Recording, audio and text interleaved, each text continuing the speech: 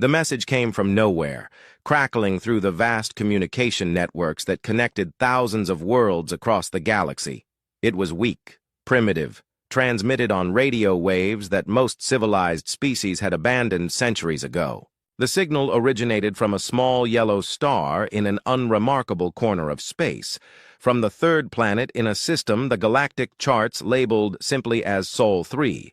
Ambassador Zexthul stood before the massive viewing screen in the Confederation Council chamber, his 6 eyes studying the translated text that scrolled past in flowing script. Around him, representatives from dozens of species murmured among themselves, their various forms of communication creating a symphony of clicks, whistles, and telepathic static. To the Galactic Confederation, the message began in what the translation computers had identified as the dominant language of the sender species. We are the people of Earth, representing the unified governments of humanity. We have recently achieved interstellar communication capabilities and wish to establish peaceful, diplomatic relations with your organization. We come in friendship, seeking knowledge and offering the same in return. A ripple of amusement passed through the chamber. Several of the smaller species chittered openly, while the massive hegemon delegates simply rumbled with what passed for laughter among their kind. Zexthul himself felt his mandibles twitch in what his species considered a smile. Peaceful diplomatic relations, repeated Counselor Vrakath, her crystalline form chiming with each word. How quaint! Another primitive species believes they can simply ask to join the Confederation. Zexthul gestured for silence with one of his 4 arms. The message continued, and he wanted to hear all of it. The humans, as they called themselves, went on to describe their world, their recently unified government, and their desire to contribute to what they termed the greater galactic community. They offered gifts of mathematical knowledge, artistic works, and scientific discoveries. They even included coordinates for their home world and invited a diplomatic mission to visit them. Mathematical knowledge, scoffed Admiral Kesrak, his scales shifting to display patterns of contempt. From a species that has not even achieved faster-than-light travel, what could they possibly know that we do not? The analysis reports appeared on Zexthul's personal display. Sol 3, the planet these humans called Earth, was a single world harboring approximately 8 billion individuals of their species. They had achieved atomic energy and basic spaceflight, putting them at classification level 7th on the Confederation development scale. Most level 7 species were either ignored entirely or absorbed as labor sources after minimal resistance. Their energy output suggests they have discovered nuclear fusion, reported the chief science advisor, a floating jellyfish-like being, whose translator rendered its bioelectric speech into standard Confederation. However, their largest vessels appear to be barely capable of reaching their own planetary satellites. No evidence of energy shields, plasma weapons, or quantum manipulation. More laughter echoed through the chamber. Zexthul examined the tactical assessment. No orbital defenses, no evidence of military space capability beyond crude chemical rockets. Their most powerful weapons were primitive nuclear devices that could barely crack the armor of a Confederation shuttle. They request an exchange of ambassadors, Zexthul announced, his voice carrying easily through the chamber's acoustics. They offer to receive our delegation with what they call full diplomatic honors, and hope to establish trade agreements and mutual defense pacts. The last phrase sent several species into renewed fits of amusement.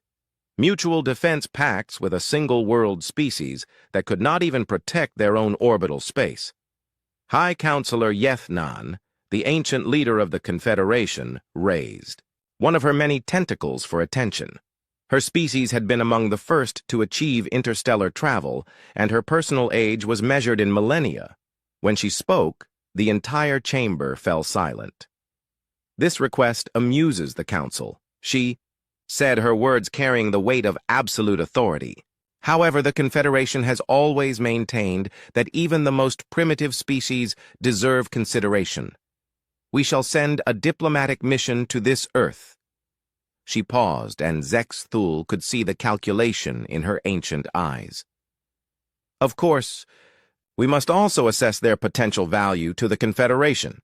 Their population numbers suggest they could provide adequate labor for our mining operations in the outer systems. Their home world may contain resources worthy of exploitation. The decision was unanimous, as Zex Thul had expected. The Confederation would dispatch a diplomatic vessel to Sol 3, but not for the reasons the humans hoped.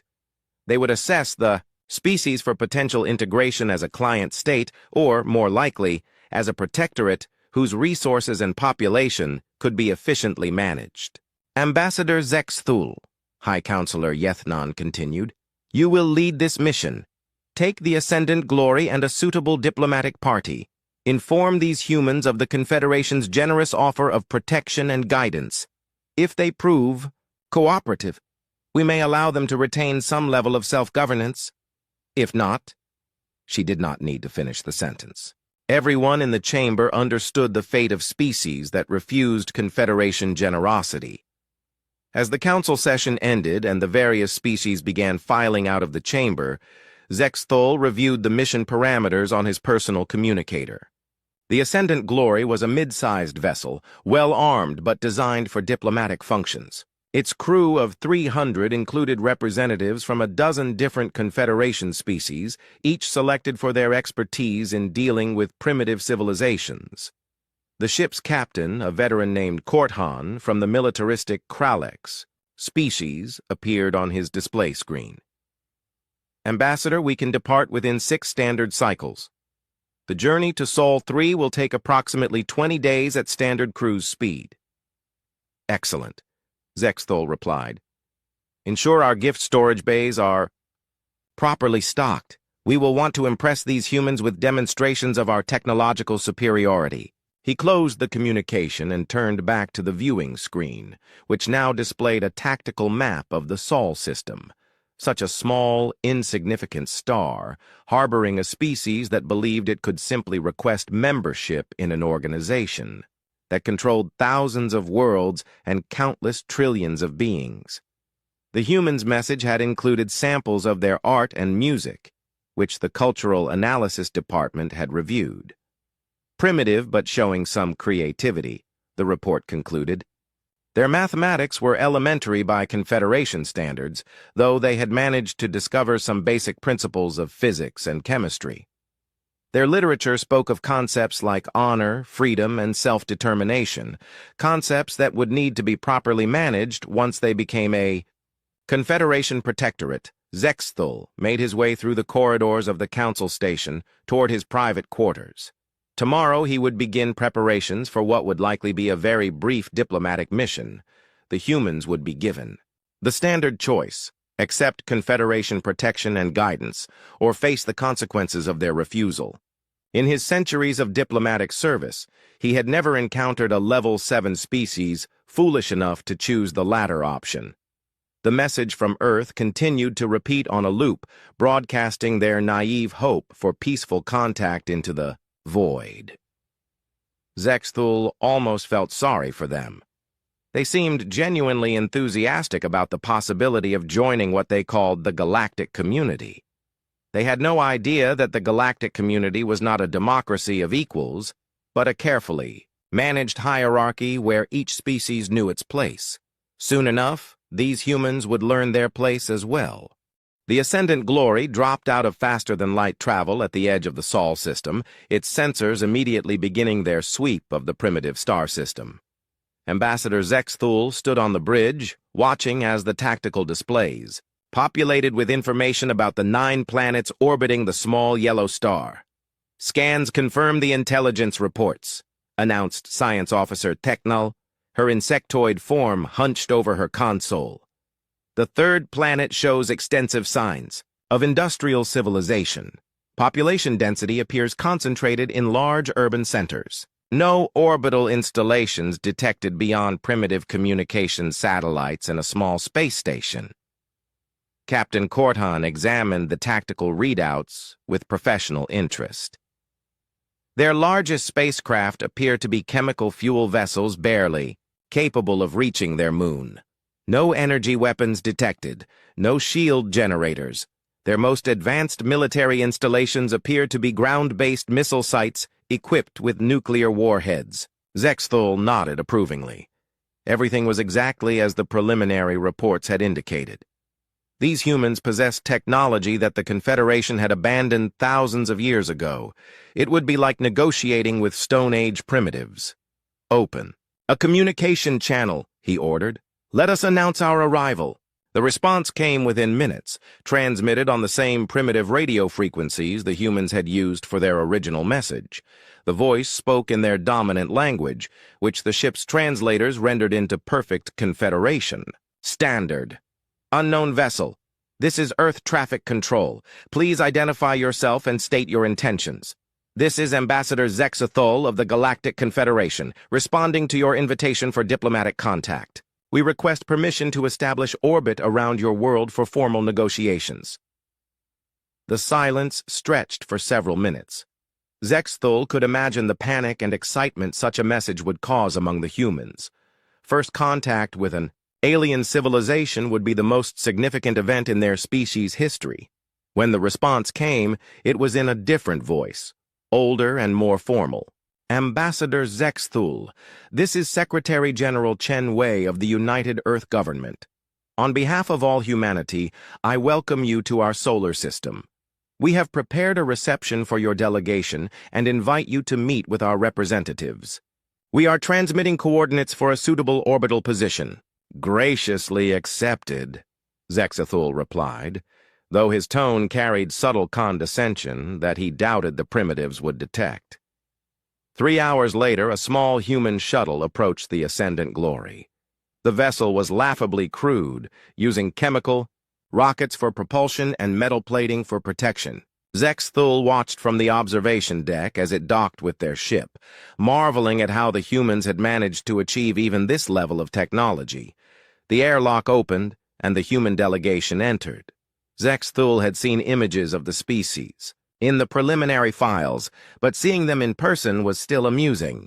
They were bipedal mammals, covered in primitive clothing that served both protective and decorative functions. Their leader, Secretary General Chen Wei, was a small female with graying hair and intelligent eyes.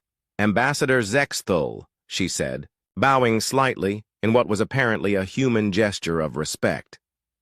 Thank you for accepting our invitation. This is truly a historic moment for our species. Indeed, Zexthul replied, towering over the human delegation with his 2-meter height and 4 arms. The Confederation is always pleased to make contact with developing civilizations. The word developing was carefully chosen. In Confederation terminology, it was one step above primitive and several steps below civilized. The humans had brought gifts, as their original message had promised. They presented mathematical proofs, samples of their art and literature, recordings of their music, and examples of their scientific achievements. Secretary General Chen spoke passionately about human culture, their diversity of languages and customs, their history of overcoming conflicts to achieve unity. We have recently established a unified planetary government, she explained, gesturing to holographic displays the humans had somehow managed to create despite their technological limitations. For the first time in our history, all nations of Earth speak with one voice. We believe this positions us to be productive members of the galactic community. The alien delegation exchanged glances that the humans likely could not interpret. Cultural Officer Vexith, whose species communicated primarily through color changes in their skin, was practically glowing with amusement. The humans thought their planetary unification was an achievement worthy of note, when most Confederation species had unified their homeworlds before achieving interstellar travel. Your accomplishments are remarkable, Zexthul said, accepting a small sculpture that apparently represented some aspect of human artistic expression. However, I should explain how the Confederation typically handles integration of new species. He activated his personal holographic projector, showing images of Confederation space. Thousands of star systems appeared in the display, connected by trade routes and communication networks. The Confederation encompasses over 10,000 inhabited worlds, he began, noting how the human's eyes widened at the scope of galactic civilization. We maintain order and prosperity through a carefully structured system. Each member species contributes according to their abilities and receives protection and guidance according to their needs. Secretary General Chen leaned forward, clearly interested. We're very eager to contribute to such an organization. Earth may be a single world, but we have 8 billion people and extensive industrial capabilities. We've developed some unique technologies that might be of interest to the broader galactic community. Several members of the alien delegation made sounds that their translators rendered as polite coughs, but which were actually poorly suppressed laughter. Your enthusiasm is charming, Zexthul continued. However, given your current technological development level, the Confederation has determined that Earth would best serve as a protectorate world. He expanded the holographic display to show the Confederation's administrative structure. Protectorate. Worlds are placed under direct Confederation management for their own protection. Your population would be relocated to designated residential areas optimized for efficiency and safety. Your industrial capabilities would be integrated into the broader Confederation economy. Your military forces would be disbanded, as protection would be provided by Confederation security forces. The humans exchanged glances that even the aliens could interpret as troubled. I'm not sure I understand, Secretary General Chen said carefully. Are you saying that humanity would not be allowed to govern itself? Self-governance is a privilege earned through demonstrated capability, Zexthul explained patiently. Your species lacks the technological sophistication and cultural development necessary for full membership in the Confederation. Protectorate status would allow you to contribute to galactic civilization while ensuring your world's resources are properly managed. And if we decline this offer? Asked another human delegate, a military officer whose posture had noticeably stiffened. The question surprised Zexthul. In all his centuries of diplomatic service, no primitive species had ever asked that question. The answer was so obvious that it seemed unnecessary to state it. Decline? He repeated. I'm afraid I don't. Understand, the Confederation's protection is not optional for worlds within our sphere of influence. Your system falls clearly within Confederation space. Secretary General Chen stood slowly, her small frame somehow managing to project dignity, despite being surrounded by beings who could easily overpower her. Ambassador Zexthul, she said, her voice carrying a firmness that seemed incongruous with her species' primitive technology. I'm afraid that proposal is unacceptable. We respectfully decline your offer of protectorate status. Humanity will remain a free and independent species. The silence that followed her words was absolute. Every alien in the room stared at the small human female who had just done something that no one in the Confederation had seen before. A primitive species had refused their generous offer of protection and management. Zexthul's mandibles twitched, in what might have been amusement or disbelief. I believe there has been a misunderstanding. Perhaps your translation systems are malfunctioning. The Confederation's offer is not a negotiation. It is an inevitability. Our translation systems are working perfectly, Secretary General Chen replied. And our answer remains the same. We appreciate your visit, but humanity chooses to remain independent. We hope you will respect our decision. For the first time in his diplomatic career, Ambassador Zexthul found himself genuinely speechless. Ambassador Zexthul stared at the small human female for several long moments, his 4 eyes blinking in sequence as his mind processed what he had just heard. Around him, the other members of the Confederation delegation seemed equally stunned by the unprecedented response. Secretary General Chen, he said finally, his voice carrying the patience one might use with a confused child. I believe you may not fully comprehend the situation. The Confederation's authority extends across thousands of star systems. No single world has the capability to exist independently within our sphere of influence. "We understand the scope of your organization," Chen replied calmly. "However, we also understand the principle of self-determination. Humanity will not surrender its freedom simply because we are outnumbered." Cultural Officer Vexith's skin shifted through several colors that the translation system identified as expressions of bewilderment and amusement. Military Attaché Krexvol, a heavily armored creature from one of the Confederation's warrior species, leaned forward with what passed for a smile among his kind. "Perhaps," Zexthul said, his tone becoming more formal, "a demonstration would help clarify the realities of your situation." He gestured to Captain Korthan, who nodded and activated his communication device. "Captain to Bridge, prepare a demonstration of our defensive capabilities. Target the uninhabited landmass designated as coordinates 77 Alpha." Through the observation windows of the diplomatic chamber, the humans could see the Ascendant Glory's main weapons systems coming online. Energy coursed through crystalline focusing arrays that glowed with barely contained power. The ship's plasma. Cannons rotated toward Earth, their targeting systems locking onto a small uninhabited island in the planet's largest ocean.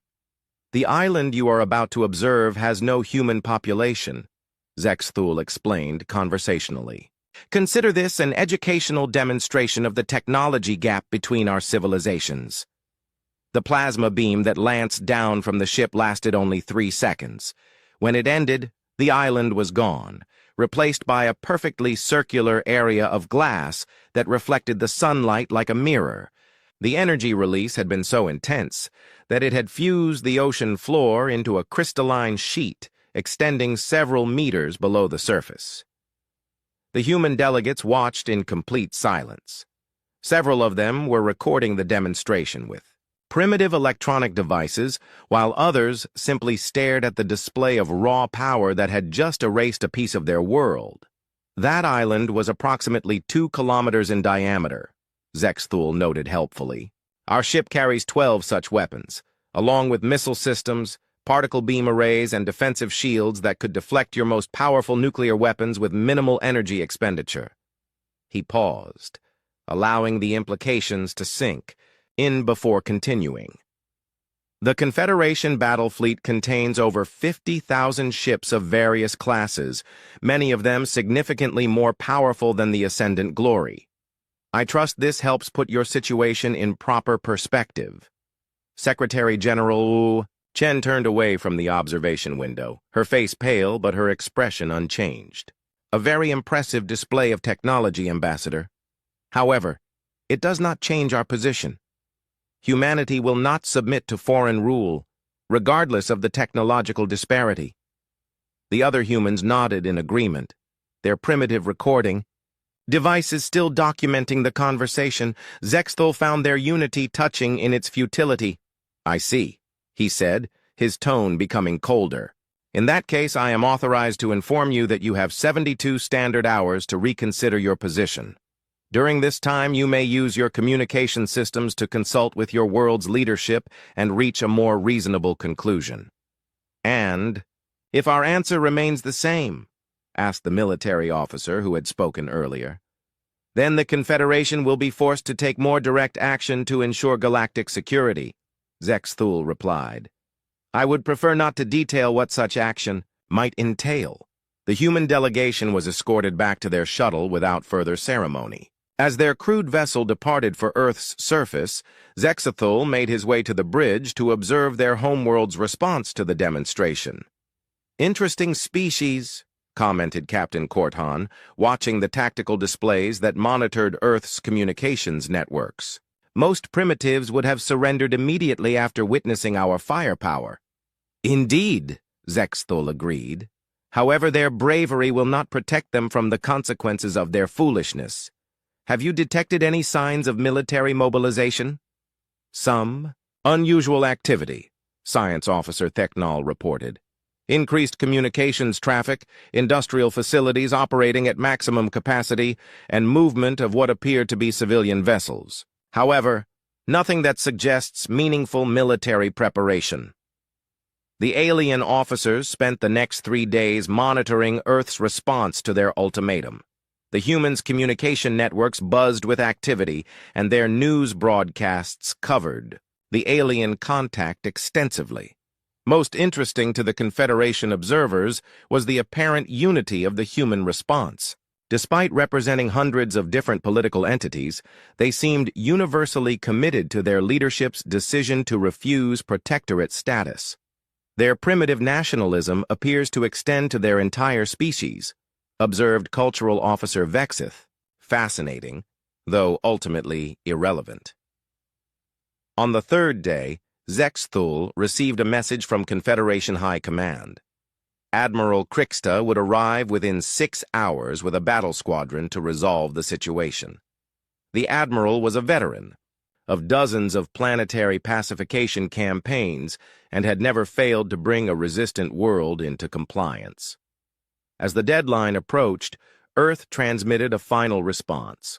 Secretary General Chen's voice came through the communication systems with the same calm determination she had shown during their first meeting. Ambassador Zexthul, humanity's answer remains unchanged. We will not accept protectorate status. We understand the consequences of our decision and are prepared to face them. However, we wish to remind you that peaceful withdrawal from our system remains possible. We bear you no ill will and would still welcome honest diplomatic relations, based on mutual respect. Zexthul found the message almost admirable in its naivety. These humans genuinely believed they could negotiate with the Confederation as equals. They seemed incapable of understanding that their technological inferiority made them subjects rather than potential partners. "Attention, Earth," he broadcast in response. "Your time has expired. Confederation military forces are en route to your system. I strongly advise you to reconsider your position before their arrival. Admiral Kriksta is far less patient than a diplomatic mission." The human response came not from their government, but from what appeared to be their military command. The voice was crisp, professional, and completely unimpressed by the threat. "Ambassador Zexthul, this is Admiral Sarah Chen of the Earth Defense Force. We acknowledge your warning. However, our position remains unchanged. Any hostile action against Earth will be met with appropriate defensive measures." "Earth Defense Force?" Captain Korthan laughed, his scales shifting to display amusement patterns. "What defense could they possibly mount? Their most advanced vessels can barely reach their own moon." Zexthul was beginning to find the humans' persistence more annoying than amusing. "Admiral Chen, I must inform you that resistance will only result in unnecessary casualties. The Confederation has protocols for dealing with non-compliant civilizations." "We understand your protocols, Ambassador," came the reply. "And we have protocols of our own. You have been warned that departure is still possible. I suggest you take advantage of this opportunity." The transmission ended, leaving the bridge of the Ascendant Glory in bemused silence. The humans had just threatened them. A primitive single-world species had actually threatened a Confederation diplomatic mission. "Should we inform Admiral Kriksta of their attitude?" asked Captain Korthan. "I think the Admiral will discover it for himself soon enough," Zexthul replied. "In the meantime, maintain standard observation protocols. I want to document everything that happens when the squadron arrives. This will make an interesting case study in primitive psychology." As he spoke, long-range sensors detected the approaching Confederation battle squadron dropping out of faster-than-light travel at the system's edge. 12 ships, including Admiral Kriksta's flagship, the Inevitable Conquest. More than enough firepower to reduce Earth's surface to molten slag if necessary. The humans were about to learn why resistance to the Confederation was not just futile, but literally unthinkable. The Confederation battle squadron emerged from faster-than-light travel in perfect formation. 12 warships arranged in a combat spread that had been perfected over thousands of military campaigns. At the center of the formation flew the Inevitable Conquest, Admiral Kriksta's flagship, its hull scarred from dozens of planetary pacification operations. Admiral Kriksta stood on his command bridge, surveying the primitive star system through the main viewing screen. His species, the Kralex, had evolved from pack hunters, and his predatory instincts made him particularly effective at suppressing rebellious worlds. His massive frame, covered in chitinous armor plating, moved with surprising grace as he studied. The tactical displays. "Report," he commanded, his voice carrying the authority of someone who had never failed to complete a mission. "System scan complete, Admiral," responded his tactical officer. "Single inhabited world, third planet from the star. Population approximately 8 billion. No orbital defenses detected. No fleet formations in system beyond the diplomatic vessel. Ascendant glory. What about their military capabilities? Primitive nuclear weapons, chemical fuel rockets, and basic industrial infrastructure. Their most advanced combat vehicles appear to be atmospheric aircraft using jet propulsion. No energy weapons, no shield technology, no faster-than-light. Capability. Admiral Krixta's mandibles clicked in satisfaction. Another routine operation. His squadron could reduce this world to rubble in a matter of hours if necessary, though he preferred to achieve compliance through overwhelming displays of force rather than actual destruction. Dead populations produced no resources and served no useful purpose. "Open a channel to the diplomatic ship," he ordered. Ambassador Zexthul's image appeared on the communication screen, his 4 arms gesturing in greeting. "Admiral Krixta, welcome to the Sol system. I trust your journey was uneventful." "Report on the situation, Ambassador." "The humans have refused protectorate status and shown remarkable resistance to reasonable negotiation. They claim they will defend themselves against Confederation authority." Admiral Krixta's laugh was a sound like grinding metal. "Defend themselves? With what? Our scans show no meaningful military capability." "Indeed. Their defiance appears to be based on some primitive concept of honor rather than rational assessment of their situation." "Understood. I will resolve this matter quickly. Has there been any change in their military posture since our arrival?" Zexthul consulted his displays. "Some unusual communications activity and movement of civilian vessels. However, nothing that suggests meaningful military preparation. They appear to be evacuating some population centers, which shows they understand the seriousness of their situation even if they refuse to surrender." Admiral Krixta nodded and closed the communication. He turned to his weapons officer, a veteran of dozens of similar campaigns. "Prepare a demonstration strike. Target their largest military installation. Keep it small. We want to encourage surrender, not genocide." The squadron moved into attack formation, approaching Earth with the deliberate precision of an organization that had conquered thousands of worlds. Their energy signatures blazed across every sensor on the planet below, announcing their presence to anyone with even primitive detection equipment. "Scanning Earth's communication networks," reported the intelligence officer. "Massive surge in their information systems. They're broadcasting news of our arrival across their entire planet." "Let them watch," Admiral Krixta said. "Fear can be as effective as force in encouraging compliance." He activated the general communication system, broadcasting on all frequencies that the humans used for their primitive radio networks. "People of Earth, this is Admiral Krixta of the Confederation Navy. Your government has refused the generous offer of protectorate status. You now have one final opportunity to surrender before we demonstrate the futility of resistance." The Bai response came not from the planet's surface, but from somewhere much closer. A transmission so powerful it actually caused feedback in the squadron's communication arrays. Every ship in the formation received the signal simultaneously, broadcast, with impossible precision across multiple frequencies. "Confederation forces, this is Admiral Sarah Chen of the Earth Defense Force. You are trespassing in sovereign human space. Withdraw immediately or face the consequences." Admiral Krixta stared at his communication officer in disbelief. "Source of that transmission?" "Unknown, sir. The signal appears to be coming from everywhere. Multiple transmission points throughout the system." "That's impossible.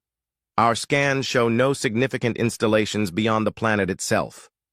The tactical officer looked up from his displays, confusion evident even through his alien features. Admiral, we're detecting some kind of anomaly. There are gravitational disturbances throughout the system that weren't present when we arrived. Specify. Mass concentrations that don't correspond to any visible objects. They're small but widespread, as if... He paused, consulting his instruments. Again. Sir, it's as if there are large objects throughout the system that our sensors cannot detect. Admiral Kriksta felt the first stirring of unease. In all his campaigns against primitive worlds, he had never encountered anything like this. Intensify all scans. I want to know what we're dealing with.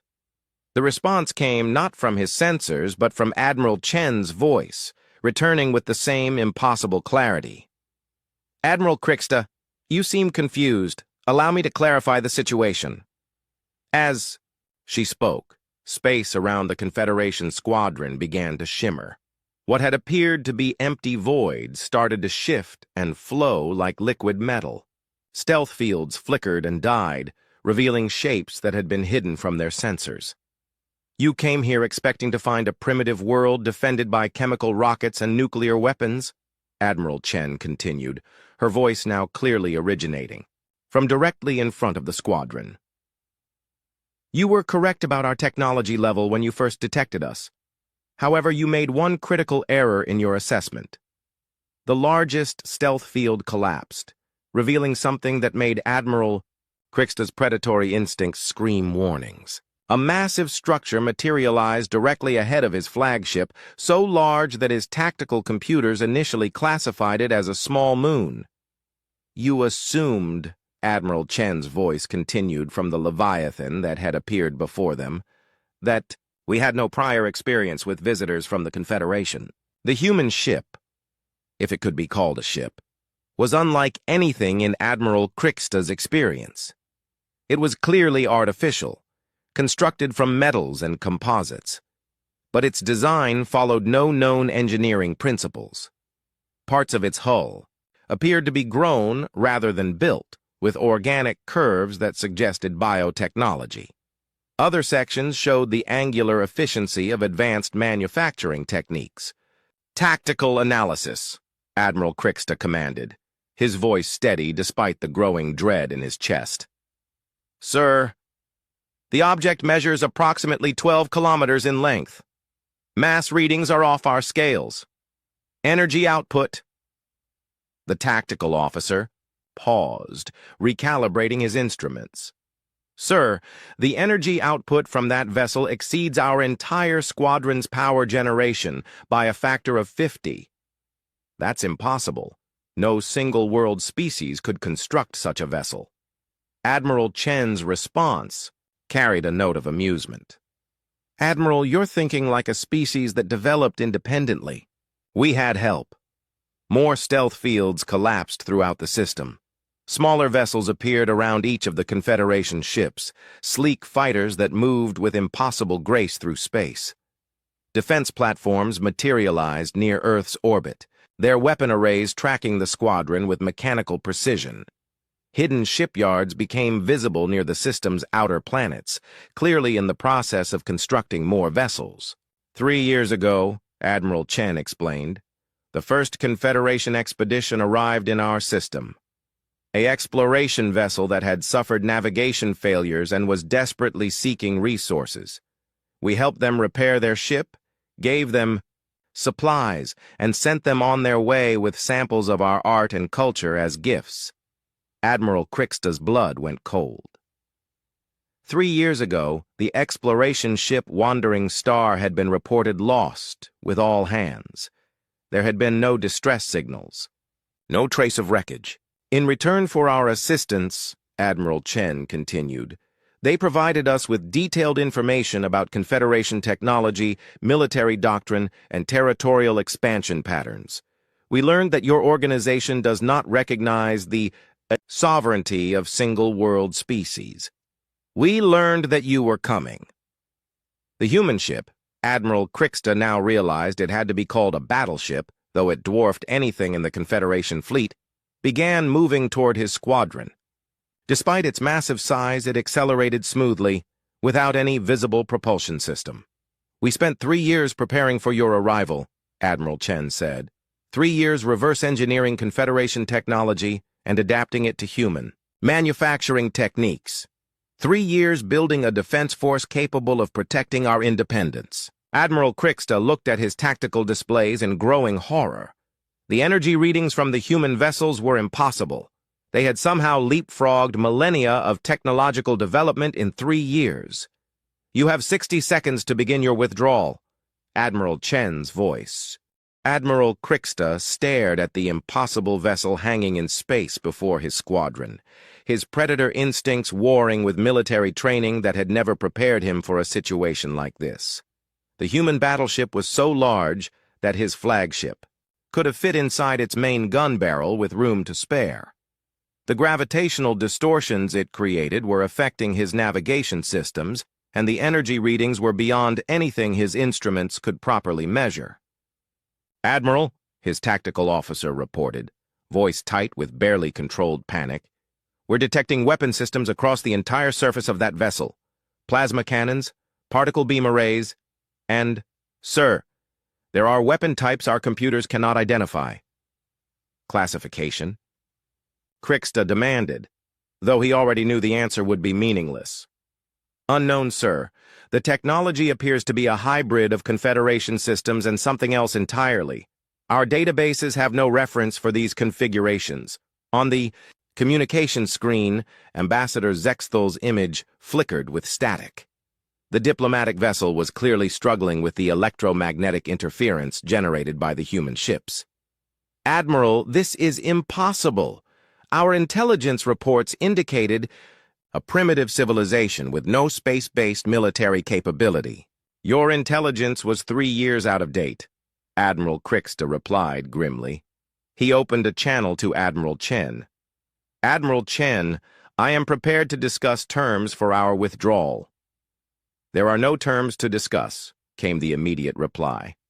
"You will leave our system now, or we will remove you. The choice is yours." Admiral Kriksta looked at his tactical displays, searching for any advantage his squadron might possess.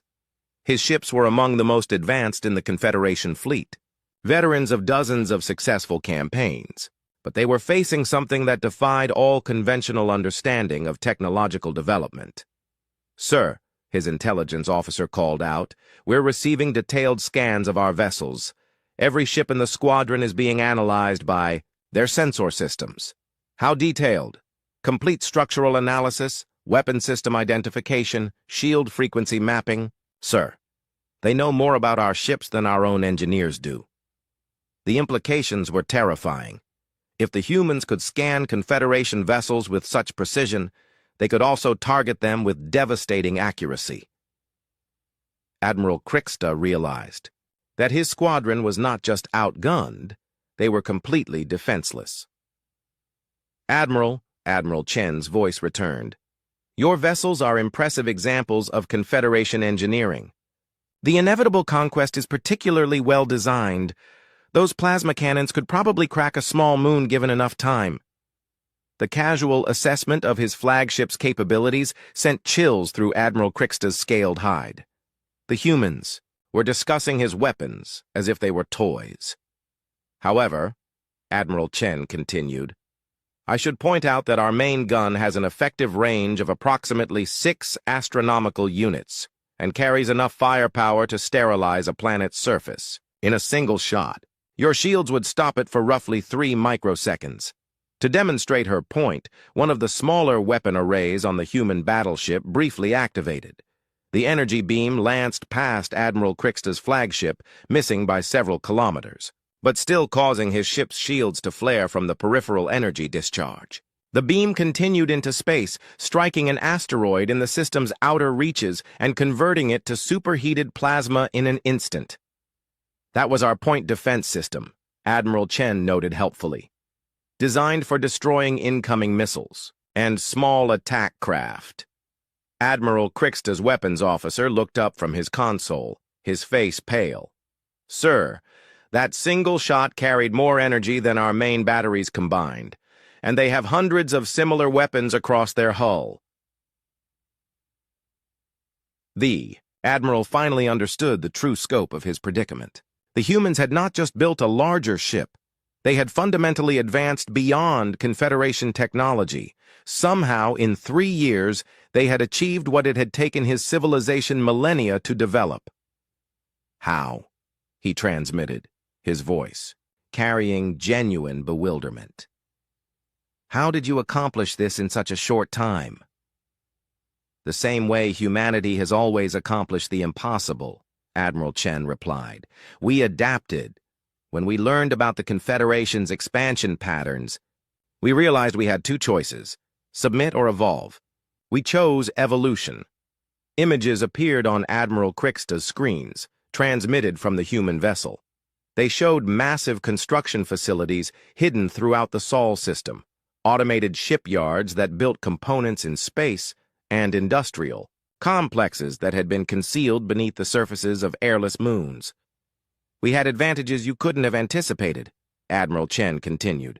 First, we had complete technical specifications of your technology, provided by your own people. Second, we had something you don't, 8 billion individuals all working toward the same goal. Third, we had motivation you cannot understand, the absolute refusal to surrender our freedom. More images flowed across the communication link. Human workers and automated systems laboring around the clock, converting entire asteroids into raw materials, building the hidden fleet that now surrounded the Confederation squadron. We built this ship in 72 hours, Admiral Chen revealed. From the moment your ambassador delivered his ultimatum to the moment you arrived, we were constructing the UES Indomitable. Every industrial facility on Earth and throughout our system worked continuously to complete it in time. Admiral Kriksta's mind reeled. Building a ship of this magnitude in 72 hours should have been physically impossible, even with advanced nanotechnology. The coordination required, the resource management, the sheer scale of the operation. Your species, he said slowly, is not what our intelligence reports indicated. No, Admiral Chen agreed. We're not. You see, Admiral, you made the same mistake that every aggressive civilization makes. You assumed that technological superiority equals invincibility. You forgot that technology is just tools, and tools are only as effective as the minds that wield them. The human battleship began moving again, its massive bulk accelerating with impossible smoothness. As it moved, more ships became visible, dozens, of smaller vessels that had been hidden in its shadow, each one carrying enough firepower to threaten a Confederation cruiser. You have 30 seconds to begin your withdrawal, Admiral Chen announced. I suggest you use them wisely. Admiral Kriksta looked around his bridge at officers who had served with him through dozens of successful campaigns. For the first time in his career, he was going to retreat from a single-world species. The humiliation would end his military service, but that was preferable to ending his life. All ships, he commanded, his voice steady despite the circumstances. Begin withdrawal. To jump coordinates. Maximum acceleration. The Confederation squadron turned away from Earth, their engines straining to reach safe jumping distance as quickly as possible. Behind them, the human fleet maintained formation, but did not pursue. Admiral Kriksta, came Admiral Chen's final transmission. The Confederation is welcome to return to our system at any time, for trade negotiations, cultural exchange, or peaceful diplomatic relations. We bear you no ill will, and we understand you were following orders. She paused, and when she continued, her voice carried the weight of absolute certainty. However, if you return with hostile intent, you will discover that the Indomitable was only the beginning. We've learned your technology now, Admiral. We've improved upon it, and we've built a fleet that makes this demonstration look modest by comparison. As the Confederation ships reached jump distance and fled into faster-than-light travel, Admiral Kriksta realized that the galaxy had just changed forever. The humans had done more than defend themselves. They had announced that the age of Confederation expansion was over. Behind them, the human fleet settled back into concealment around their homeworld, ready to defend the principle that had driven their impossible achievement, the simple idea that freedom was worth any price and any sacrifice to preserve. The last transmission from Earth followed the retreating squadron into hyperspace, Admiral Chen's voice carrying a message that would soon echo throughout Confederation space. The next time anyone suggests that diplomacy is weakness, remind them that we tried diplomacy first. We prefer it to the alternatives. The stars looked different from the observation deck of the USS Intrepid. Captain Ethan Wright stood with his hands clasped behind his back, his eyes fixed on the vast emptiness of space. 50 years of human expansion throughout the solar system had changed humanity. They were no longer confined to Earth. Now colonies thrived on Mars, mining operations dotted the asteroid belt, and research stations orbited the outer planets. "Captain, you need to see this," said Lieutenant Olivia Martinez, her voice tight with tension. She handed him a data pad showing unusual energy readings at the edge of the solar system. "Get Admiral Pearson on the line," Wright ordered, "and call Dr. Collins to the bridge." Within an hour, the USS Intrepid's command center buzzed with activity. Admiral Frank Pearson's face filled the main screen, his expression grave. "The objects are slowing down, sir," Martinez reported. "They're not asteroids or any natural phenomenon we've ever recorded." Dr. Maya Collins rushed onto the bridge, her dark hair pulled back in a hasty ponytail. As Earth's leading xenobiologist and first contact specialist, she had trained for this moment her entire career. Yet nothing could truly prepare humanity for what was about to happen. 7 vessels, Martinez continued. Massive ones, larger than anything we've ever built. "They're not hiding," Wright noted.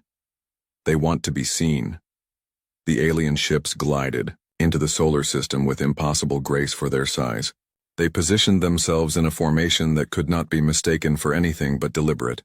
A message to humanity. We are here, we are organized, and we are powerful. When the communication came, it was in perfect English.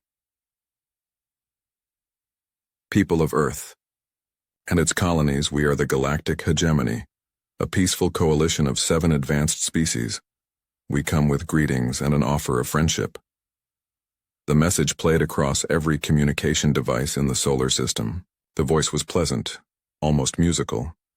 Admiral Pearson convened an emergency meeting of Earth's United Defense Command. Representatives from every major colony joined via secure channels. "I don't trust them," said General William Foster bluntly. "No one travels this far just to say hello." Dr. Collins studied the visual recordings of the alien representatives. "Their biology is fascinating," she said. "Humanoid, but clearly evolved under different conditions.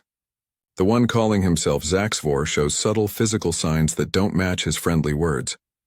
"Meaning?" asked Pearson. "He's lying," Collins said simply. "Or at least, not telling the whole truth." Captain Wright frowned. "Why would an advanced civilization need anything from us?" The question hung in the air unanswered. The first meeting took place on neutral ground, an orbital platform between Earth and Mars. Captain Wright stood beside Dr. Collins as Earth's welcoming committee. The alien ship docked with precision that spoke of advanced technology. Zaxvor emerged first, tall and slender with pale blue skin that seemed to shimmer under the lights. His 4 eyes blinked in sequence rather than together. Behind him came 2 others of different species, one with scaled skin and another that seemed almost crystalline in structure. "Captain Wright," Zaxvor said, extending a 3-fingered hand. "We are pleased to meet humanity face to face." Wright shook the offered hand. "Welcome to the Sol system." The diplomatic exchange was polite but guarded. The alien spoke of trade, cultural exchange, and technological sharing. They mentioned their hegemony's long history of bringing less developed civilizations into their fold. Later, in private, Dr. Collins shared her observations with Wright and Admiral Pearson. "They're scanning everything," she said. "Their eyes move differently than ours, but I could tell they were assessing our weapons, our technology. even our physical capabilities. Did you notice how they dismissed our fusion drives? Wright added, as if they were amused by children's toys. Over the next weeks, more hegemony ships arrived. They requested permission to visit Earth and the colonies. They spoke of friendship, but positioned their vessels near major defense installations. Admiral Pearson grew increasingly concerned. "They're mapping our defenses," he told the United Defense Command. "I'm ordering covert military preparations, nothing aggressive, but I want us ready." The breaking point came during a diplomatic dinner aboard the USS Intrepid. Zaxfor, slightly affected by Earth wine, spoke more freely than before. "Your civilization has such potential," he said to Dr. Collins. "Under proper guidance, humans could become a valuable member of the hegemony within just a few generations." "And what exactly does membership entail?" she asked carefully. "Protection, direction, purpose." Zaxfor smiled, showing teeth too perfect to be natural. "In exchange for reasonable access to your resources, of course, and acceptance of hegemony governance in certain matters." Dr. Collins maintained her professional smile, but her eyes met Captain Wright's across the room. The message was clear. Their suspicions were confirmed. That night, Admiral Pearson received a transmission from one of their deep space intelligence operatives. The agent had infiltrated hegemony communications and discovered disturbing information. 12 other species had been welcomed into the hegemony over the past century. None remained truly independent. "They call it gentle acquisition," the agent reported. "First comes diplomatic pressure, then economic dependence, and finally military occupation if necessary. But it always ends the same, with complete subjugation." The next morning, Earth's representatives delayed signing any agreements, citing the need for further study. The hegemony ambassadors maintained their pleasant demeanor, but something cold entered their eyes. As Zaxfor returned to his ship, he activated a private communication channel to his superiors. "The humans are proving slightly more cautious than anticipated," he reported, "but they remain docile and technologically inferior. Their defenses are primitive, their weapons laughable. The largest colony has fewer than 50,000 inhabitants." The voice that responded was deep and resonant. "Is acquisition still recommended?" "Absolutely," Zaxfor replied. "This system is rich in resources, and the humans will make adequate workers. Their resistance would be insignificant. Earth will be a simple acquisition. Proceed as planned, then." Captain Wright stood again at the observation window of the USS Intrepid, watching the hegemony ships in orbit around Earth. He didn't know what the aliens were saying to each other, but he knew what humanity's answer would be. They had faced challenges before: disease, war, climate disaster, and had survived. They would face this challenge too. "Captain," Lieutenant Martinez called from behind him. "Admiral Pearson has issued alert status for all ships and colonies. We're to prepare for possible hostile action." Wright nodded without turning. "Send word to Luna Base. Tell Dr. Carter to activate Project Harbinger." "Yes, sir," Martinez replied. "Do you think they'll really attack us?" Now Wright did turn, his face resolute in the dim light of the bridge. "They think we're weak, Lieutenant. Throughout human history, that's always been a dangerous mistake." 3 months passed since first contact with the galactic hegemony. The tension grew with each passing day. On Earth's moon, inside the heavily guarded Luna Base, Dr. Sam Carter worked without rest.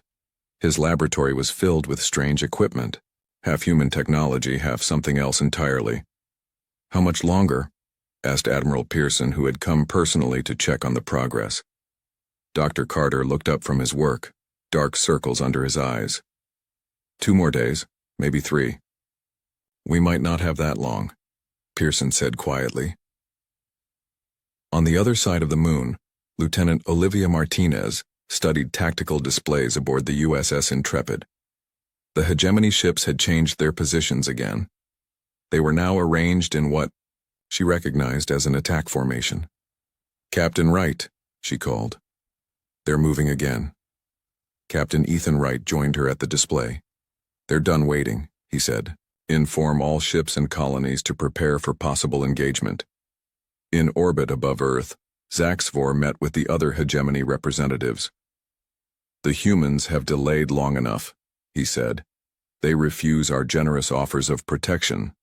The Supreme Council has authorized acquisition by force. Krelthos, the military strategist, nodded in agreement. His reptilian skin gleamed under the artificial lights.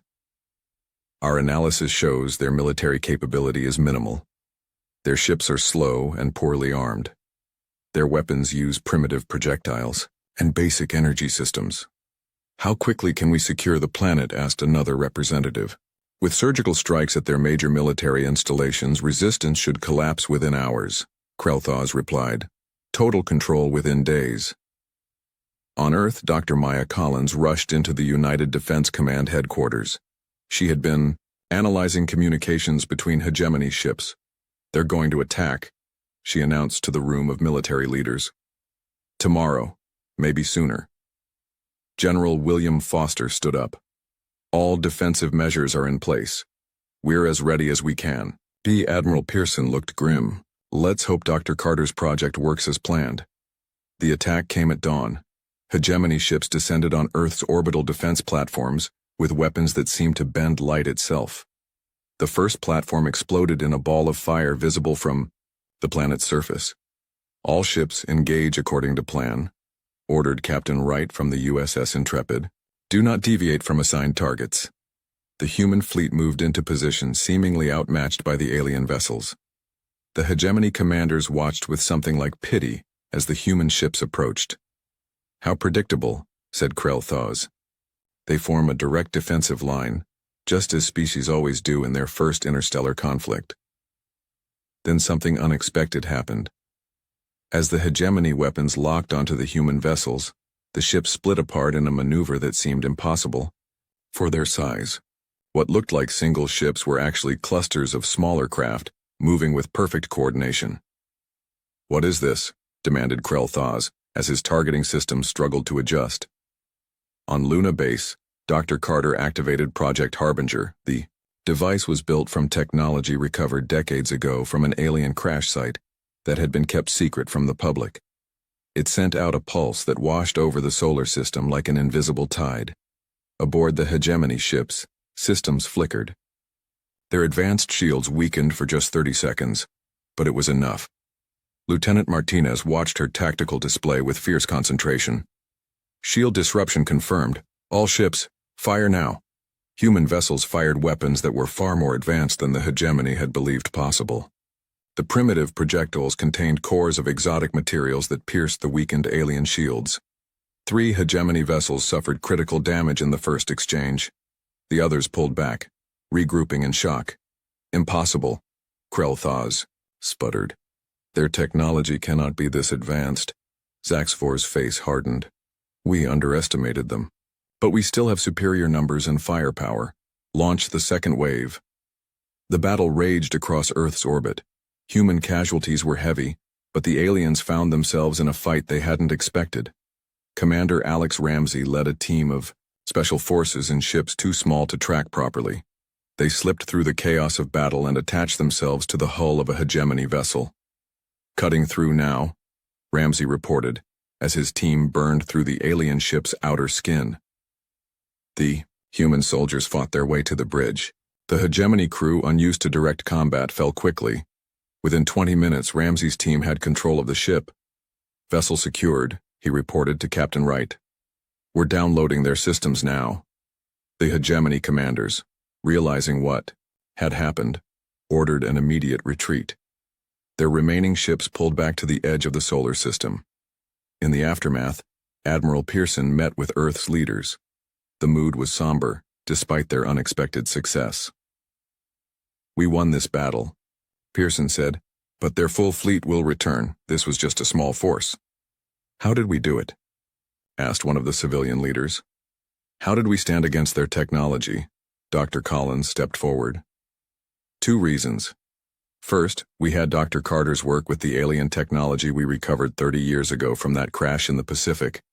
We've been studying it in secret, preparing for this possibility. And second? Asked another leader. They don't understand how we fight, said Captain Wright. They expected us to follow standard military doctrine as they know it, but humans have fought each other for thousands of years. We've developed strategies they've never seen before. On the captured hegemony ship, Lieutenant Martinez found something interesting in their communications. They're confused, she told Wright. Listen to this. The recording played Krell-Thaz's voice speaking to what must be his superiors. These humans don't fight like a civilization that's never faced interstellar war. They fight like they've been waiting for us. In the days that followed, Dr. Carter and his team worked continuously to understand the captured hegemony technology. The Special Forces teams trained to operate the alien vessel. Earth prepared for the bigger battle that everyone knew was coming. We need to be ready, Admiral Pearson told his commanders. The next time they won't underestimate us. On the main hegemony ship at the edge of the solar system, Krell-Thaz studied the battle recordings with growing concern. These humans were not like other species the hegemony had conquered. They adapted quickly, fought fiercely, and seemed to understand warfare on a level that should have been impossible for their development stage. We need reinforcements, he told Zaxivor. Not just ships, but our best warriors. Zaxivor nodded slowly. The Supreme Council has already dispatched the Third Fleet.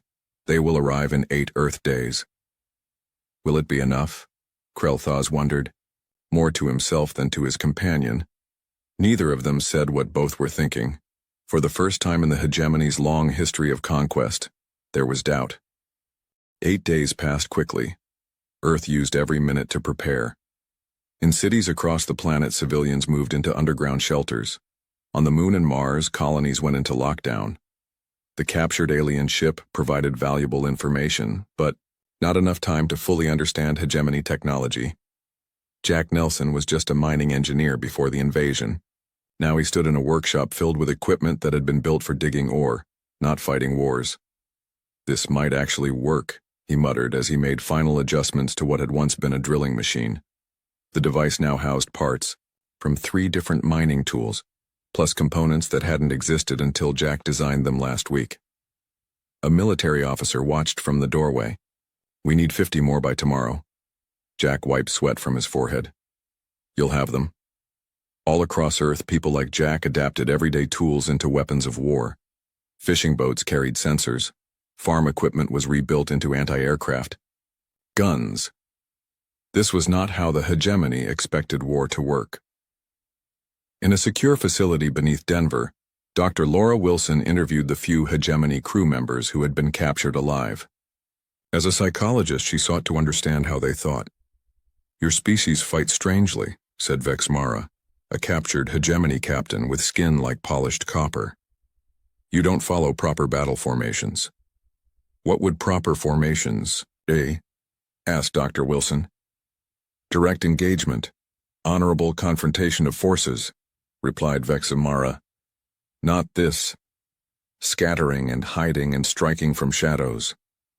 Dr. Wilson made notes. The aliens had no concept of guerrilla warfare. This was valuable information. When the Third Fleet arrived, it came with overwhelming force.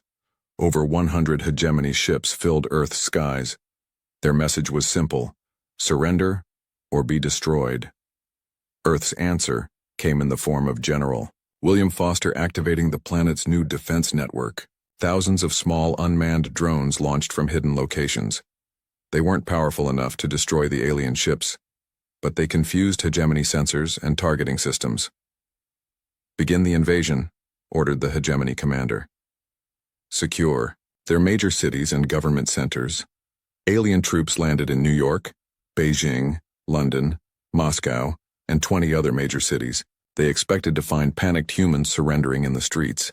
Instead, they found empty buildings and deadly traps. In New York, Commander Alex Ramsey led a resistance group that struck at alien patrols and then disappeared into underground tunnels before reinforcements arrived. They don't understand urban warfare, Ramsey told his team. They expect us to gather in large groups and fight in the open.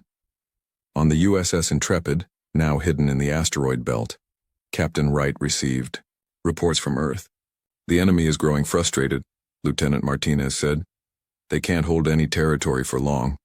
Admiral Pearson nodded. And their ships? Maintaining orbit above major cities, Martinez replied.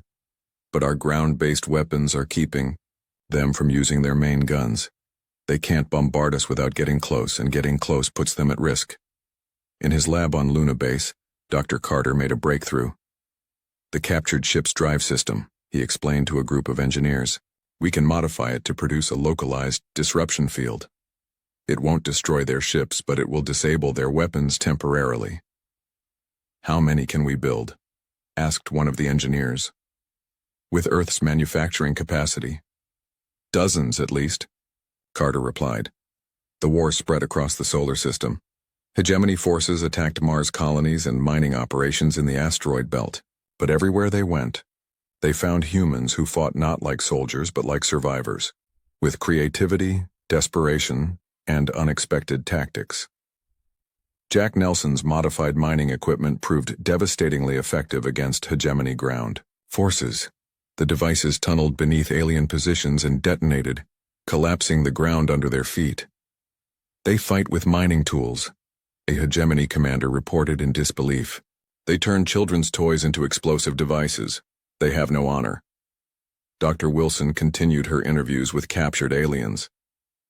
Your species seems surprised by our resistance, she said to Vexamara.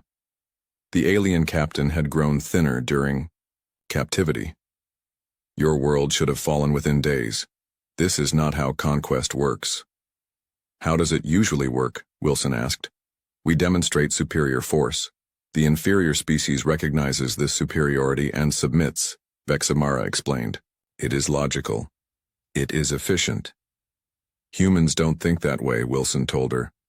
In our history, even greatly outmatched forces have fought to the last person. Vexamara's 4 eyes blinked in sequence. This is not rational. In orbit around Earth, a new hegemony command ship arrived. Grand Strategist Zultar had personally come to oversee the conquest that was taking far too long. Explain this failure, he demanded of Krel'Thas. The humans do not behave as our studies predicted, Krel'Thas replied. They fight without proper military doctrine. They sacrifice strategic positions to set traps. They use primitive technology, in ways we never considered. They are savages, Zultar said dismissively. Increase our forces. Destroy their cities if necessary. But the hegemony was learning a painful lesson about humanity. Destroying a city did not break human resolve. It strengthened it. Each attack only increased Earth's determination to fight back. In his private quarters, Vexamara kept a journal of his observations of humans. He wrote, They lose battles but fight harder. They lose cities but don't surrender. What kind of evolution produces such tenacity? 3 months into the full invasion, the hegemony controlled less territory than they had after the first week. Their casualties mounted, their supply lines stretched thin. On Luna Base, Dr. Carter's team completed the first batch of disruption field generators. Earth's remaining ships were equipped with the devices, as were the captured hegemony vessels that human crews had learned to pilot. We're ready for a counterattack, Admiral Pearson told Earth's unified command. For the first time, we can take the fight to them. Captain Wright studied the battle plans. This is risky. If we commit our reserves and fail, we won't fail, said Lieutenant Martinez with fierce certainty. We've studied their tactics for months. They're predictable. They don't adapt. The counterattack began at dawn. Earth forces struck hegemony fleet positions with perfect coordination. The disruption fields worked even better than expected, leaving alien ships defenseless for crucial minutes. Commander Ramsey led boarding parties onto 3 hegemony command ships. The aliens fought bravely, but were unprepared for close combat, with humans who had been fighting for their homes for months. By day's end, 7 major hegemony vessels had been captured or destroyed. The rest retreated to higher orbits beyond the range of Earth's new weapons. In his command center, Grand Strategist Zultar faced a situation his species had never encountered in thousands of years of conquest. We are losing, he said simply, to his officers. Against a species that only recently achieved space travel. What shall we do? Asked Krel'Thas. Zultar's answer was cold. Request permission from the Supreme Council to use extinction-level weapons. These humans are too dangerous to be allowed to exist. News of the hegemony's request for extinction-level weapons reached Earth through an unlikely source. A small hegemony scout ship approached the USS Intrepid with shields down and weapons offline. "They're broadcasting on all frequencies," Lieutenant Martinez reported to Captain Wright. It's a warning." The message came from a junior officer aboard Zultar's command ship. The alien, calling itself Nexval, had witnessed the request for planet-killing weapons and could not stand by while an entire species was wiped out. Captain Wright immediately relayed the information to Admiral Pearson and Earth's Unified Command. They had days, perhaps hours, before the Supreme Council's response. "We need to strike now," General Foster urged, "before these weapons arrive." In the war room beneath what remained of Washington, D.C., Director Patricia Kelly of Earth's Intelligence Division presented a daring plan. "We've identified the hegemony's main communication relay in this sector," she said, pointing to a location on a star map. "If we can capture it intact, we can intercept their commands and feed them false information." Major Daniel Green, who had distinguished himself in the recent counterattacks, volunteered to lead the mission. "My team can do this," he said confidently. "We've studied their ship designs. We know how to move undetected." Chief Engineer Ryan Cooper had been working with Dr. Carter to adapt hegemony technology for human use. "We've modified 3 of their smaller vessels," he explained. "They'll read as hegemony ships on their sensors." The mission launched within hours. Major Green and his team, disguised in hegemony environmental suits taken from captured ships, approached the relay station in stolen vessels. "Remember," Green told his soldiers, "minimal casualties. We need their systems intact, and we need prisoners who can tell us how to use them." The relay station orbited a small moon at the edge of the solar system. It was lightly defended, as the hegemony never expected humans to venture so far from Earth. When Green's ships requested emergency docking claiming damage from human weapons, the station granted immediate access. The battle was brief but intense. Green's team secured the control center within 20 minutes, suffering only 3 wounded. The hegemony crew, surprised by the attack, surrendered quickly. "Begin the operation," Green ordered once the station was secure. Earth's best computer, experts working remotely through the captured systems, began the complex task of infiltrating the hegemony's command network. Director Kelly personally oversaw the operation from Earth. "Plant contradictory orders," she instructed. "Make it look like their own commanders are fighting among themselves." Back on Earth, Admiral Pearson gathered the military leaders for the next phase of their plan. "While the hegemony is confused by contradictory orders, we launch our main offensive. Every ship we have, every weapon we've developed." Captain Wright nodded grimly. "And the captured hegemony vessels?" "They'll lead the attack," Pearson replied. "The enemy won't know they're facing their own ships until it's too late." In his workshop, Jack Nelson put finishing touches on his latest creation. What had once been mining equipment was now a device that could disrupt the gravitational field of a hegemony ship, causing its own mass to tear it apart from within. "That's the last one," he told the waiting transport crew. "Handle it carefully. One wrong move and it could take out half a city block." Dr. Laura Wilson continued her work with the hegemony prisoners. Through months of interviews, she had developed a detailed understanding of their psychology. "Their society has no concept of defeat," she explained to General Foster. "They've been the dominant force for so long that the idea of losing is literally unthinkable to them. We can use this against them." Foster looked interested. "How?" "Psychological warfare," Wilson replied. "We broadcast images of their destroyed ships, their defeated forces. We show them losing, over and over. It will break their morale faster than any weapon." In orbit around Earth, Zultar received the Supreme Council's response to his request. Permission for extinction weapons was granted. The weapons would arrive with the 4th Fleet in 2 Earth days. But then strange orders began arriving. 1. Command told him to withdraw his forces to the edge of the system. Another ordered an immediate all-out attack on Earth's moon. A third demanded he divert ships to a different sector entirely. "What is happening?" he demanded of his communications officer. "The orders all carry proper authentication," the officer replied, confused. Perhaps there is disagreement within the council? Zultar faced a dilemma. Ignoring orders from the Supreme Council was unthinkable, but which orders should he follow? As the hegemony command structure fell into confusion, Earth launched its offensive. Every ship humanity could muster, led by the captured alien vessels, struck at the scattered hegemony fleet. Major Green, still at the relay station, directed false retreat orders to key hegemony battle groups. The humans have unknown weapons, he broadcast on their command frequency. Fall back to secondary positions.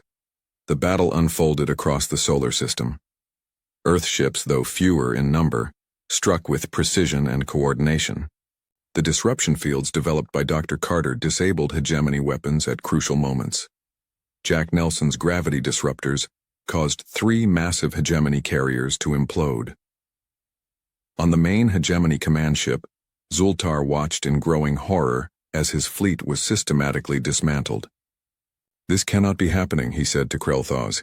"They are primitive, they are inferior."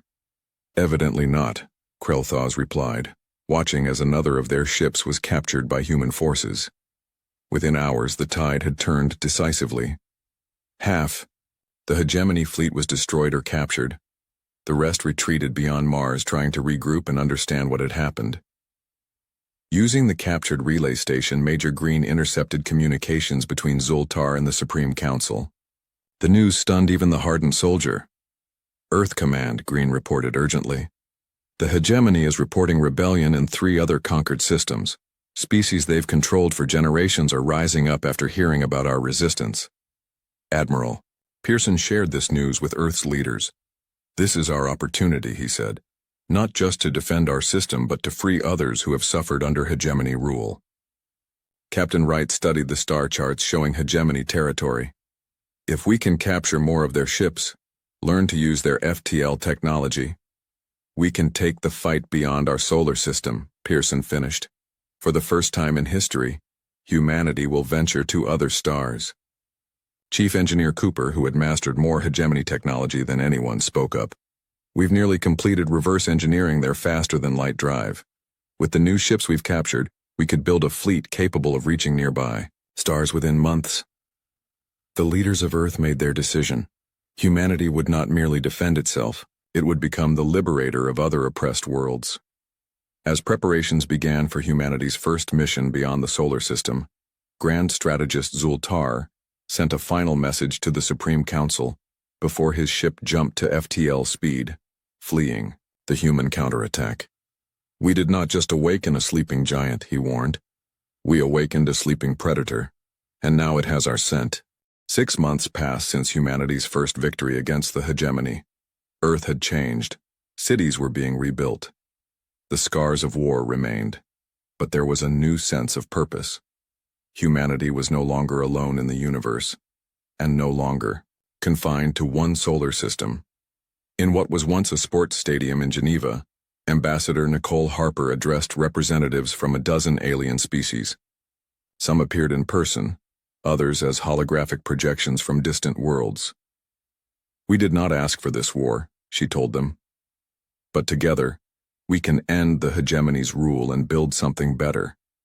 The aliens, former slaves and subjects of the hegemony, listened carefully. Some had been fighting their oppressors for generations. Others had only recently found the courage to rebel after hearing of Earth's resistance. "Humans fight differently," said a tall, spindly being with skin like tree bark. "You showed us that the hegemony can be defeated." In space, a fleet unlike any Earth had seen before was taking shape. Human ships flew alongside vessels from 5 other species. Fleet Commander Kevin Phillips inspected the assembled forces from the bridge of the USS Intrepid, now rebuilt and enhanced with alien technology. "Status report," Phillips requested from his second-in-command. "All ships report ready," replied Lieutenant Martinez, now wearing the uniform of a senior officer. "The Raxian vessels have the fastest engines. The Volari ships have the strongest shields. Our ships carry the heaviest weapons." Phillips nodded with satisfaction. "And Dr. Barnes's new weapon?" "Installed on our lead vessels," Martinez confirmed. "If it works as designed, It will neutralize their main defense systems. Dr. Eric Barnes had built upon Dr. Carter's work, developing a new type of disruption field that could permanently disable hegemony shield technology. The weapon had never been tested in actual combat, but computer simulations showed promising results. The Coalition fleet departed Earth's solar system using reverse-engineered hegemony FTL drives. Their destination, the hegemony core worlds, the heart of the empire that had tried to conquer Earth. As the ships accelerated beyond light speed, Captain Wright, now serving as Philip's advisor, reflected on how far humanity had come. Just a year ago, humans had never ventured beyond their own solar system. Now they led a multi-species alliance to the stars. Do you think we can win? Wright asked Phillips quietly. I think we have to, Phillips replied. If we don't stop them at their core worlds, they'll rebuild their fleets and return. Not just to Earth, but to every world that joined us. The journey took 3 weeks at maximum FTL speed. When the Coalition fleet arrived at the edge of the hegemony home system, they found what they expected: massive defenses, hundreds of warships, and orbital platforms bristling with weapons. They're hailing us, Martinez reported. On the main screen appeared the face of Supreme Overlord Zanvos, ruler of the 7 hegemony species and hundreds of conquered worlds. His skin was deep purple with intricate patterns that pulsed with light. This is unexpected, Zanvos said calmly. Humans leading a fleet of our former subjects. You have traveled far to die. We've come to end your empire of conquest, Phillips replied. Surrender your control of subjugated worlds and there need be no more bloodshed. Zanvos laughed, a sound like breaking glass. You primitive species always misunderstand. The hegemony brings order to chaos, protection to the weak, purpose to the directionless. At the cost of freedom, Ambassador Harper said, stepping into view. We offer a different path. Cooperation without subjugation. Enough talk. Zanvos dismissed them with a wave of his 6-fingered hand. Your coalition is impressive but futile. The hegemony has ruled for 10,000 years. We will rule for 10,000 more. The transmission ended. Moments later, the hegemony fleet began to move. All ships battle formation, ordered Phillips. Remember the plan. Focus fire on their command vessels. The battle that followed was the largest in known galactic history. The hegemony had numbers and established positions. The coalition had surprise and desperation. Dr. Barnes's weapon was deployed in the first attack run. It worked even better than predicted. The disruptor waves washed over the hegemony's premier defense platforms, leaving them vulnerable to conventional weapons. First line of defenses breached, reported Martinez. Their ships are regrouping. The hegemony commanders had never faced a serious threat to their homeworlds. Their tactics were textbook, predictable, exactly what Phillips had counted on. The coalition forces executed complex maneuvers derived from ancient Earth military texts. Sun Tzu's Art of War, Clausewitz's On War. Battle strategies that the hegemony with its long history of easy conquests had never needed to develop. They're falling back to their inner defense line, Martinez noted after several hours of fighting. We've destroyed 30% of their fleet. And our losses? Asked Wright. 22%, she replied grimly. Still within acceptable parameters, but we can't maintain this exchange rate for long. The battle stretched into its second day. Both sides took heavy losses. 3 coalition species lost their flagships. A hegemony supercarrier was reduced to drifting debris. In the midst of the chaos, a small strike team led by Commander Ramsey boarded the hegemony's central command station. They fought their way to the main communication hub, where they uploaded a virus developed by Earth's best programmers and enhanced by alien allies. The virus spread through the hegemony network, displaying evidence of atrocities committed against subjugated worlds over thousands of years. The truth, long hidden from the common citizens of the hegemony homeworlds, was suddenly impossible to ignore. On the 3rd day of battle, something unexpected happened. A group of hegemony ships broke formation, not to attack but to stand down.